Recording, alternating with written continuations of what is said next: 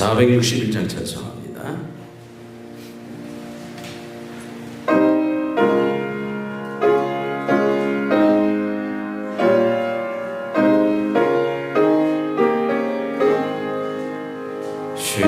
십자가를 질 수 있나 주가 물어오실 때 죽기까지 따르리 성도 대답하였다.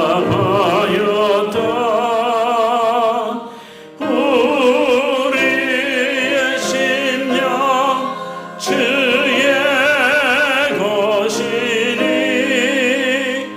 당신의 영상 만드소서. 주인도 따라 살아갈 동안 사랑과 충성 늘 바치오리라. 너는 기억하고 있나 구원받은 강도를 그가 회개하였을 때 낙원 허락받았다. 우리의 심령 주의 것이니 당신의 영상 만드소서. 주인도 따라 살아갈 동안 사랑과 충성 늘 바치오리라. 걱정 의심 모든 구는 너를 눌러 덮을 때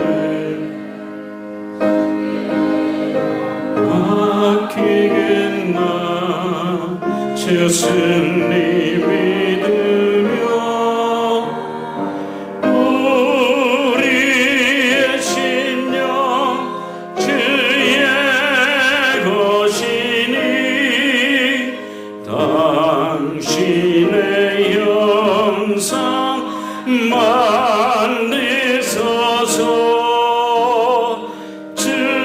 주인도 따라 살아갈 동안 사랑과 충성 늘 바치오리라. 이런 일 할 수 있나 주가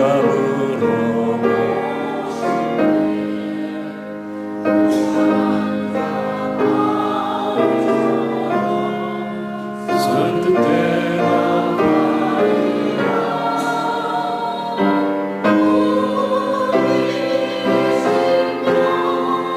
주의 것이니 주님의 영상 만드소서. 주인도 따라 살아갈 동안 사랑과 충성 늘 바치오리라.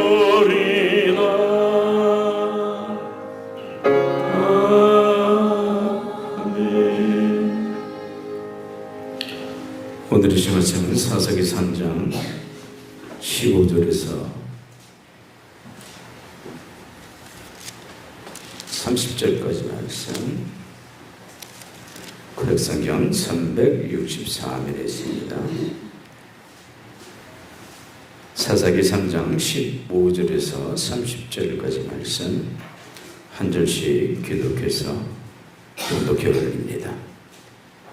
이스라엘 자손이 여호와께 부르매 여호와께서 그들을 위하여 한 구원자를 세우셨으니 그는 베냐민 사람 게라의 아들 왼손잡이 에훈이라. 이스라엘 자손이 그를 통하여 모압 왕 에글론에게 공물을 바칠 때에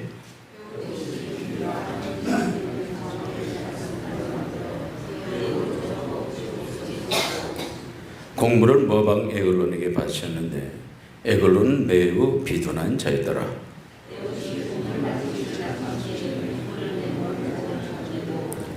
자기는 길가 근처 돌 뜨는 곳에서부터 와서 이르되 왕이여 내가 은밀한 일을 왕에게 아뢰려 하나이다 하니 왕이 명령하여 조용히 하라 하며 모셔 선지자들이 다 몰려 간지라.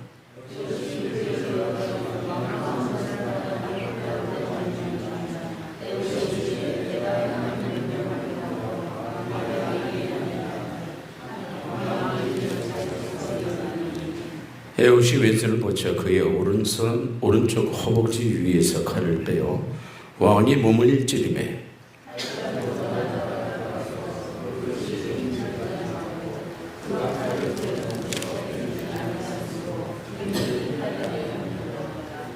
에훗이 현관에 남아서 다락문들을 뒤에서 닫아 잠그느냐.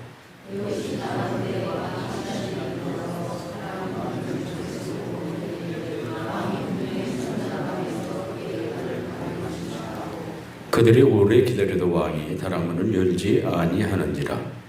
열쇠를 가지고 열어본즉 그들의 군주가 이미 땅에서 엎드려져 죽었더라.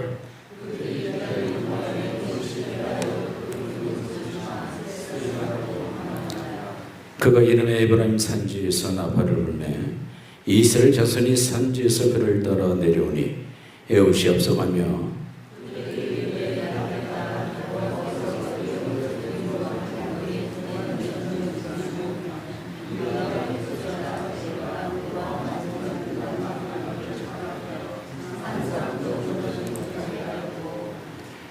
그때 모압 사람 약 10,000명을 죽였으니 모두 장사인 모두 용사라. 한 사람도 그 도망하지 못하더라.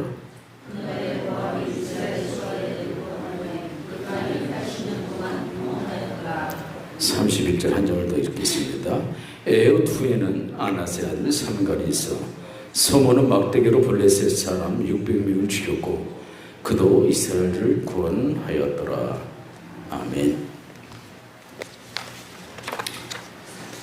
오늘 우리가 본문의 말씀을 통해서 늘 받고자 하는 것은 하나님이 쓰시는 사람. 어떤 사람이냐? 이 말씀을 하고 있어요. 하나님이 쓰시고자 하는 사람은 재능이나 재력이나 영향력이 그 사람이 얼마나 가지고 있느냐가 절대 아니라는 것이에요. 무엇을 보고 하나님께서 사용하시느냐? 그것은 그 사람을 나를 향한 믿음이 얼마나 있느냐 그것을 보고 그 마음의 중심에 뭐를 가지고 있느냐 그 사람의 믿음의 삶을 보고 태도를 보고 그 사람을 사용하시는 거예요. 교회를 들춰보게 되면요 아주 큰 재능을 가지고 재력 가지고 영향력을 가지고 있던 사람들죠 예수를 믿은 다음에는 아무것도 하지 못하는 오히려 철학의 인생을 마치는 그런 사람들이 많이 있어요. 내가 하나님으로부터 받은 그것을 잘 사용해서 쓰임을 받아야 되는데 그렇지 못하고 역사의 어떤 비참 속에서 그냥 빠져버린다는 얘기죠. 하나님이 쓰시는 사람은 세상 기준으로 봤을 때 굉장히 큰 약점을 가지고 있는 사람들이었어요. 어느 누가 봐도 보잘것없는 사람들, 일상적으로 두드러지지 않는 그런 사람들. 그런데 이 사람들이 예수를 믿고 나서부터는 놀랍게 쓰임을 받은 그런 경우가 많이 있었다는 얘기예요. 우리 지금 사사기를 살펴보고 있습니다. 성경 말씀에 나타난 사사들을 면면히 한번 바라보게 되세요. 한마디로 이 사람들은 전부 다 약점을 갖고 있는 사람들이지요. 큰 영향력을 가지고 있던 사람들이 아니에요.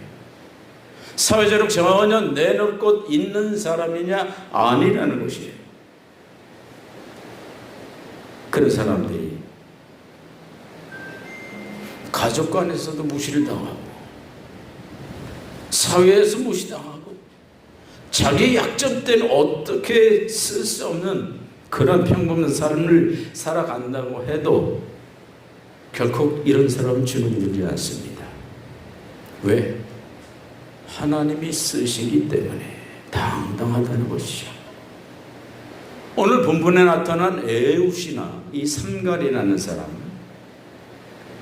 이 사람을 사용했던 하나님께서 여러분을 사용하시기를 원하시고 계신다는 말씀이에요. 사람들 앞에 그야말로 내놓을 것 없던 이 삼갈 에훗, 이 사람이 무슨 재주가 있었어요?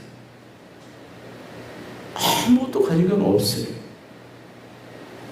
하지만 하나님을 바라보는 그런 마음은 늘 마음속에 지니고 하나님의 그 뜻을 바라고 있었다는 것이요. 그러면 하나님은 어떤 사람을 쓰시느냐? 우리가 쓰임 받기 위해서는 어떤 믿음의 법칙이 우리 안에 있어야만 하는데 그것이 뭐냐? 오로지 주님만 의지하고 하나님만을 의지하는 사람이 되어야 한다는 것이에요. 이스라엘 백성들이 운니엘 아래에서 40년 동안이나 태평세월을 지냈어요. 그런데 그 시간이 지나니까 이 사람들이 또 하나님을 배반하기 시작하는 거예요. 하나님 앞에서 드러내놓고 악을 행하기 시작을 합니다. 하나님의 자녀들이 그런 악행을 하는 걸 바라보면서 하나님께 그대로 안 드셨어요. 옆에 있는 모압 족속을 위해서 그들을 들여서서 이스라엘 백성을 치게 하셨습니다.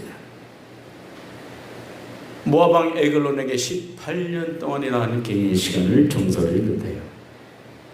오늘 본문 15절의 말씀을 보니까 이스라엘 자손들이 힘들고 고통 가운데 있을 때 이스라엘 자손이 여호와께 부르짖음에, 그러니까 평안할 때는 하나님을 잊어버리게 되는 거죠. 전혀 생각을 안 해요. 자기 환경만 의지하는 것이죠. 곤란한 일이 생겨나고 어려운 일이 생기니까 그때부터 하나님을 찾기 시작해요. 잘 나갈 때는 무시하더니 이제는 브레이크가 걸려서 덜덜대고 잘 나가지 못하니까 하나님께 도와달라고 울부짖는 겁니다. 우리의 신앙생활도 마찬가지가 아닐까 그렇게 생각을 해요. 주변에 이렇게 보면 참 염치 없는 사람들도 참 많이 있어요. 잘 나갈 때는 하나님이 외면하고 뭔가 문제가 생기니까 당장 쫓아나와서 이 문제 해결해 주십시오. 하나님 매달리게 됩니다.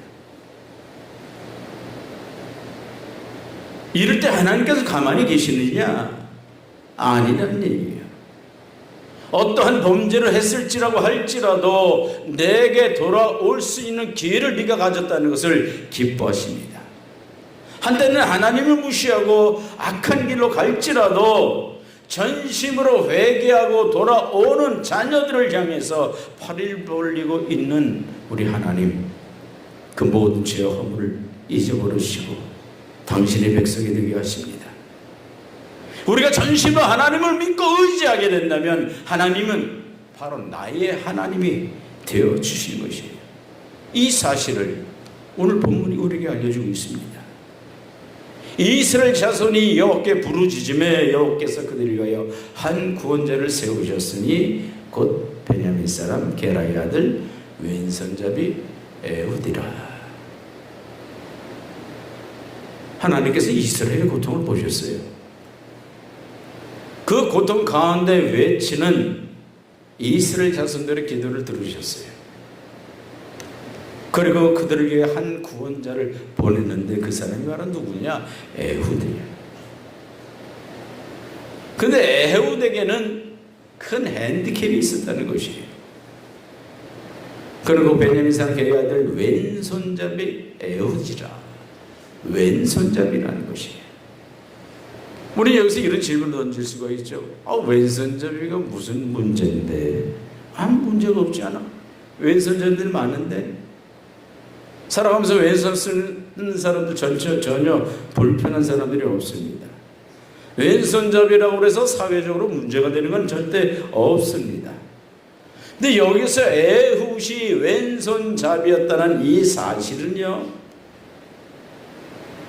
큰 문제가 생긴 거예요. 오른손을 거의 못 쓴다. 이렇게 보는 거예요. 오른손을 거의 사용하지 못한다는 것은요, 이 에훗에게 큰 약점이었다는 것이에요. 그런데 하나님께서는 이런 에훗을 들어 사용하셨어요. 에훗은 베냐민 지파예요. 그 베냐민의 이름은 뭐냐? 오른손의 아들들이다. 히브리어로 베는 아들이고 야민은 오른손이다. 오른손은 늘 능력을 상징하는 그런 손이죠. 그래서 그렇기 때문에 이 베냐민 지파에는 전사들이 얼마나 많은지 몰라요. 오른손을 잘 쓰니까 날렵한 무사들이 베냐민 지파에는 엄청나게 많이 있었다고 합니다. 근데 공교롭게도 베냐민 지파에서 오른손을 잘 쓰는 그런 사람보다도 왼손잡이 에훗이라고 하는 사람을 예수님께서 그를 들어 쓰셨다. 이게 뭘 의미합니까?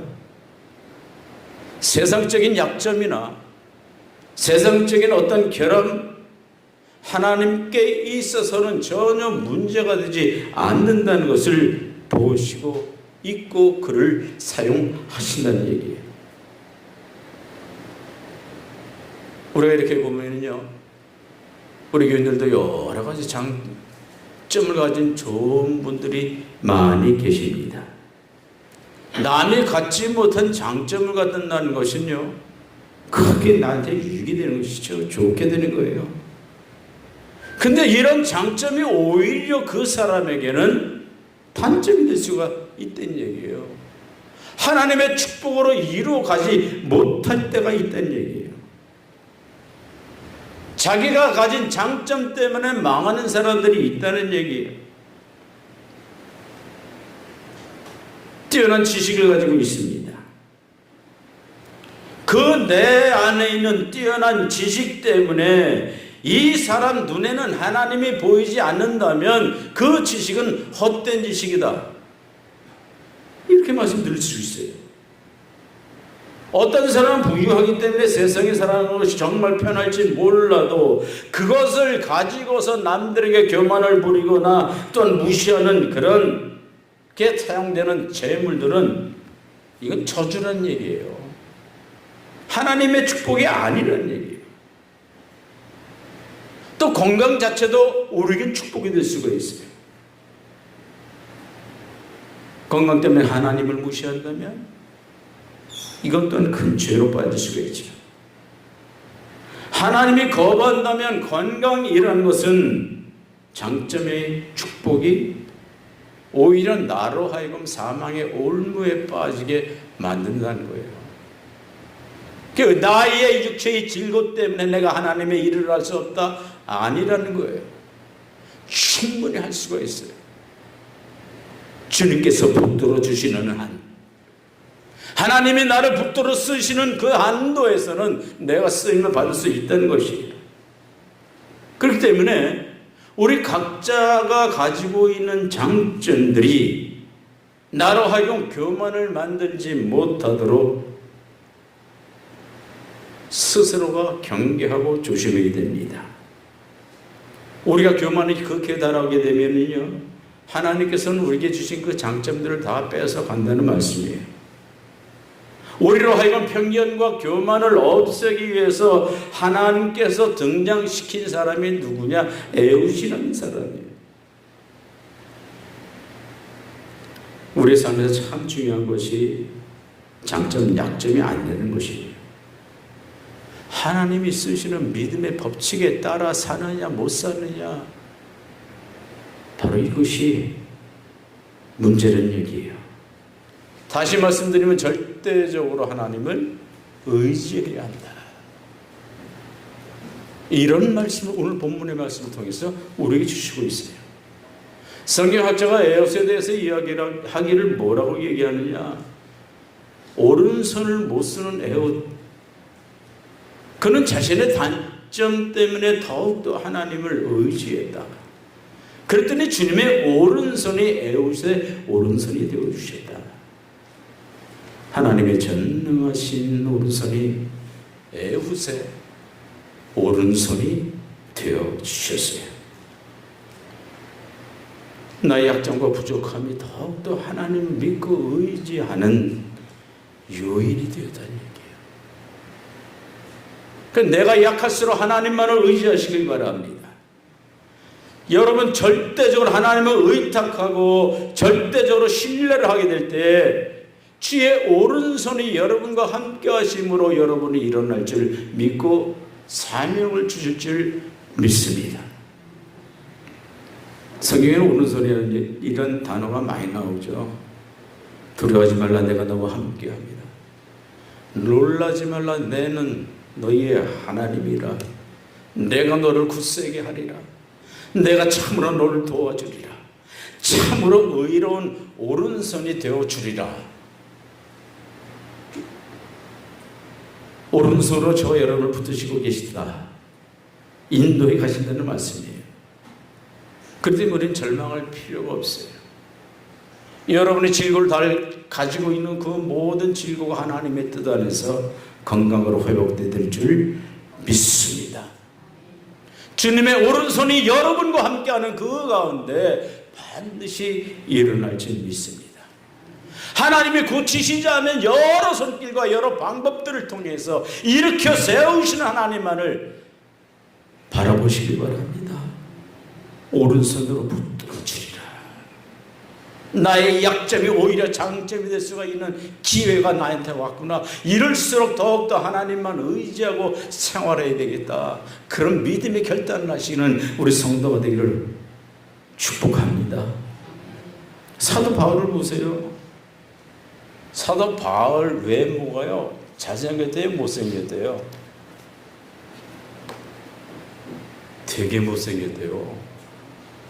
키는 쬐끔하고 코는 또 매부리 코에다가 평생 또 자기 몸에 병을 달고 있어. 간질이다 뭐 안질이다 뭐. 그래서 누가가 늘 붙어서 옆에 사는 거야. 왜?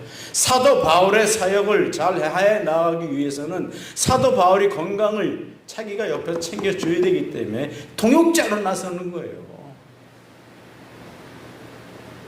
이 사도 바울의 고백을 보면은요, 내 자신이 이런 육체적인 가시 약함 때문에 하나님을 더욱더 믿고 의지하는 거예요. 하나님의 도우심이 없이는 단 하루라도 살아갈 수 없는 죄인입니다. 이렇게 고백해요. 하나님이 일을 해나가는 데 있어서는 내 능력이 아니라 하나님께서 주시는 능력이 중요하다. 그래서 그는 고백합니다. 내 능력이 약한 데서 온전하여 지니라. 그럼 우리 약점은 뭡니까? 여러분처럼 신체적인 약점을 가지고 있어요. 정신적으로 어떤 고통받는 그런 어려움도 빠질 수가 있다는 얘기예요. 또 여러 가지 환경적으로도 안 좋은 그런 여건에 처할 수 있다는 얘기예요. 그런 약점들 때문에 스스로가 그 마음을 내려놔서는 안 된다는 얘기죠. 그 약점 때문에 절망 속으로 빠져들어가면 절대 안 된다는 것이에요. 이 약점 때문에 절망과 시리에 빠지지 않는다면 오히려 그 약점을 하나님만을 믿고 의지하는 믿음으로 나가는 그런 길이라는 거예요. 오직 하나님 의지해서 하나님을 쓰시는 의로운 분들에게 축복합니다. 또 언제나 동행하는 이 사람은 하나님이 약속하신 것을 그 약속을 붙들어야 돼요. 약속은 하나님하고 나하고의 관계 속에 주어진 약속이에요. 이걸 불신한다는 것은요, 하나님을 믿지 못한다는 얘기예요. 안 믿는다는 얘기예요. 우리가 진약한 사람들이 강해지는 비결이 뭐냐? 하나님이 함께 한다는 동행의 약속을 굳게 믿는 거예요. 하나님만을 믿게 되면 누구나 강해질 수가 있다는 그런 말씀입니다. 크게 쓰임을 받을 수 있다는 것이 바로 뭐냐? 이것이 복음이라는 얘기예요. 오늘 본문의 마지막에 31절의 말씀을 보니까 옛 후에는 아낫의 아들 산갈이 있어 소문은 막대기로 블레셋 사람 600명을 죽였고 그도 이스라엘을 구원하였더라. 삼갈이라고 하는 사람이 뭐 하는 사람이냐? 손에 막대기를 졌다는 것은 소 몰입꾼이죠. 그 소문은 막대기로 이스라엘을 구원했다. 소문은 막대기는 농사 짓는 사람이라는 얘기예요. 자신의 일상적인 그런 어떤 평범한 생업의 도구죠. 근데 이것이 무기가 됐어요. 하나님으로부터 소명을 받기 전에는 땅을 일구면서 그 땅의 소산을 가지고 생활하던 그러한 삼갈. 하나님께서 어느 날 갑자기 부르시는 거예요. 삼갈아, 저쪽 블레셋 민족들이 우리 이스라엘 민족들을 치려고 할 때 네가 가라. 하와이. 제가 어떻게 갑니까? 내가 전쟁을 해본 사람도 아니요, 무기를 잡아본 사람도 아니요, 나한테는 전술 전략 아무것도 없고 그냥 땅에서 농사만 짓던 사람을 전쟁터로 내보내시면 나는 어떻게 합니까? 이때 하나님께서 내가 너와 함께하면 되지 않겠느냐, 바로 이거예요. 너는 평생을 농사를 지으면서 그렇게 살아왔을지라도 내가 너와 함께 한다면 너는 가면 될 거 아니냐. 지금 평범한 사람이에요. 농사만 지었으니까 소심한 사람이죠. 도전정신이라고 없어요.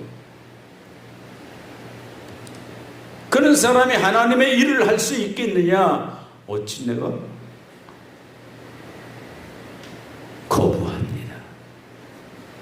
근데 이 삼갈의 마음속에는 하나님을 바라보는 믿음이 있고 하나님이 동행한다는 약속을 믿고 하나님의 말씀에 순종하는 게 전부예요. 몇 명을 죽였다고요? 700명을 죽였다는 얘기예요.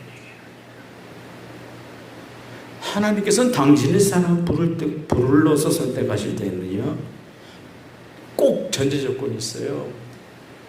내가 너랑 동행하겠다. 한결같이 이 약속의 말씀을 붙들고 나가는 거예요. 하나님이 나와 동행하겠다고 하는 그 말씀은, 그 약속은 내가 너로 강하게 만들어 전사로 만들겠다, 이런 말씀이에요. 그 강해지는 것이 원천이 어디 있어요? 내게 있는 것이 아니라는 얘기예요. 누구에게 있습니까? 하나님 안에 있습니다. 하나님 안에 강함의 원천이 있어요. 세상에 나가서 그냥 큰 소리 치는 사람들 보세요. 백그라운드 뭐고 아무것도 없는데 그냥 자존심 하나 때문에 그냥 소리치고 난리쳐. 하나님이 함께하는 사람은 조용하게 움직이는 거예요. 아무 소리도 안 해. 그러면서 하나님의 일을 조심스럽게 다 만들어 가는 거예요. 이게 하나님 함께하는 사람이에요. 막대기를 들어서 치기 시작하는데 이건 막대기가 아니야. 하나님의 오른손으로 그냥 그 원수들을 다 쳐나가는 것이에요. 하나님이 여러분과 동행한다면 여러분이 가진 막대기로도 여러분의 사명을 잘 감당할 줄 믿습니다. 하나님이 주신 역사를 일으킬 줄 믿습니다.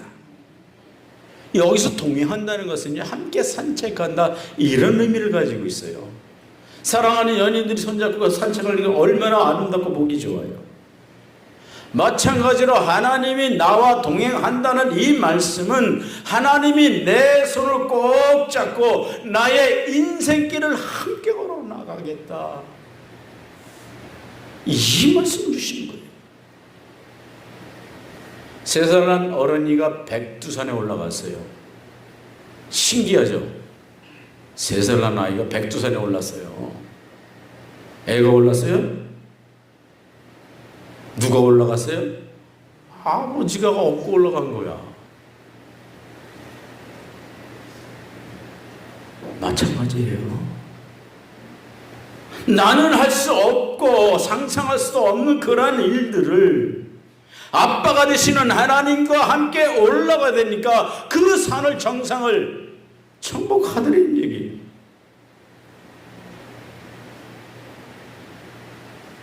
인생의 비애를 많이 느끼는 사람들이 있어요.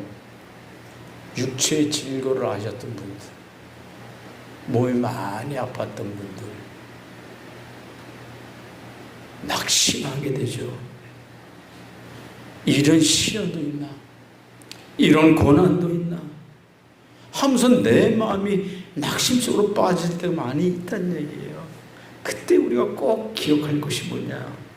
하나님께서는 나의 이런 비참한 상태까지도 동행하시고 함께 하신다, 이런 믿음이 있어야 될 줄 믿습니다. 고난과 시련이 오면 넘어질 때가 많이 있어요. 저도 그걸 깨달았어요. 무너져 내립니다. 마음이 무너져 내리고 육신이 다 무너져 내려요. 두 팔이 따로 놀아. 어쩔 수가 없어.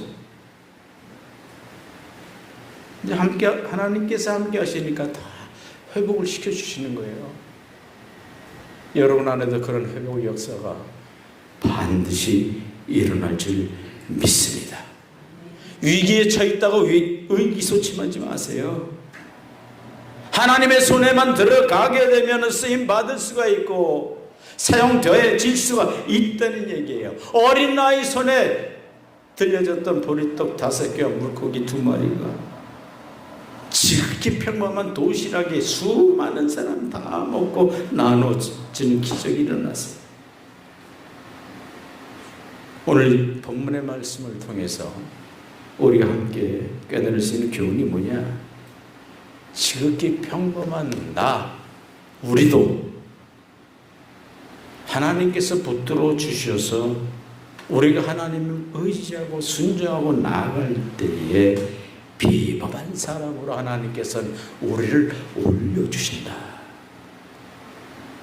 여기에 너희가 순종하겠느냐 불순종하겠느냐 네 마음의 결단이다. 바로 이런 말씀을 오늘 우리에게 들려주고 있다는 사실이에요. 하나님은 불순종하는 사람 쓰지 않습니다. 아무것도 가진 것이 없다고 할지라도 순종하는 사람을 반드시 쓰시는 하나님. 그렇기 때문에 아무것도 가지지 말고 하나님만 바라보세요. 하나님 다 주시고 하나님만 바라보는 우리의 성도 되길 간절히 바랍니다. 찬양합니다.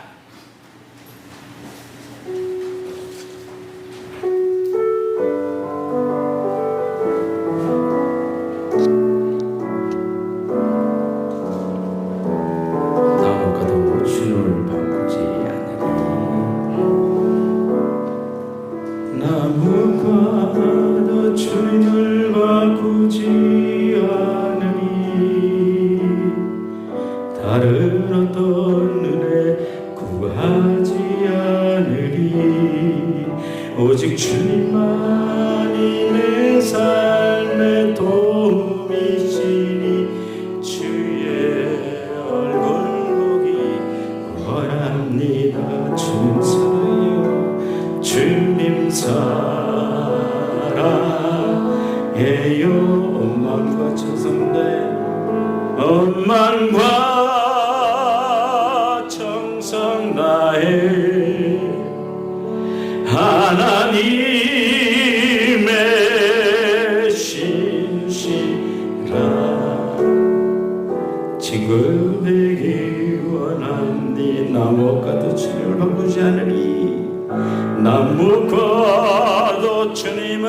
바꾸지 않으리. 다른 어떤 은혜 구하지 않으리.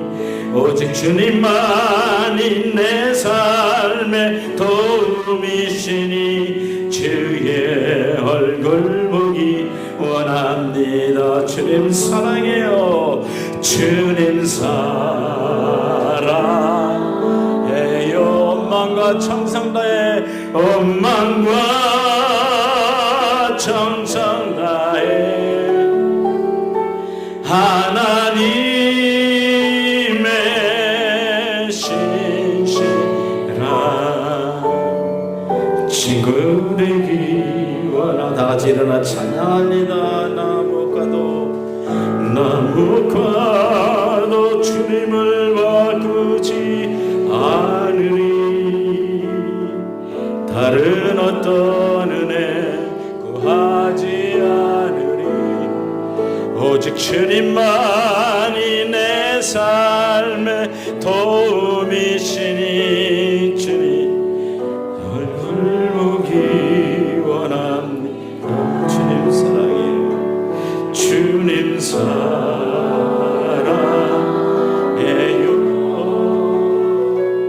원망과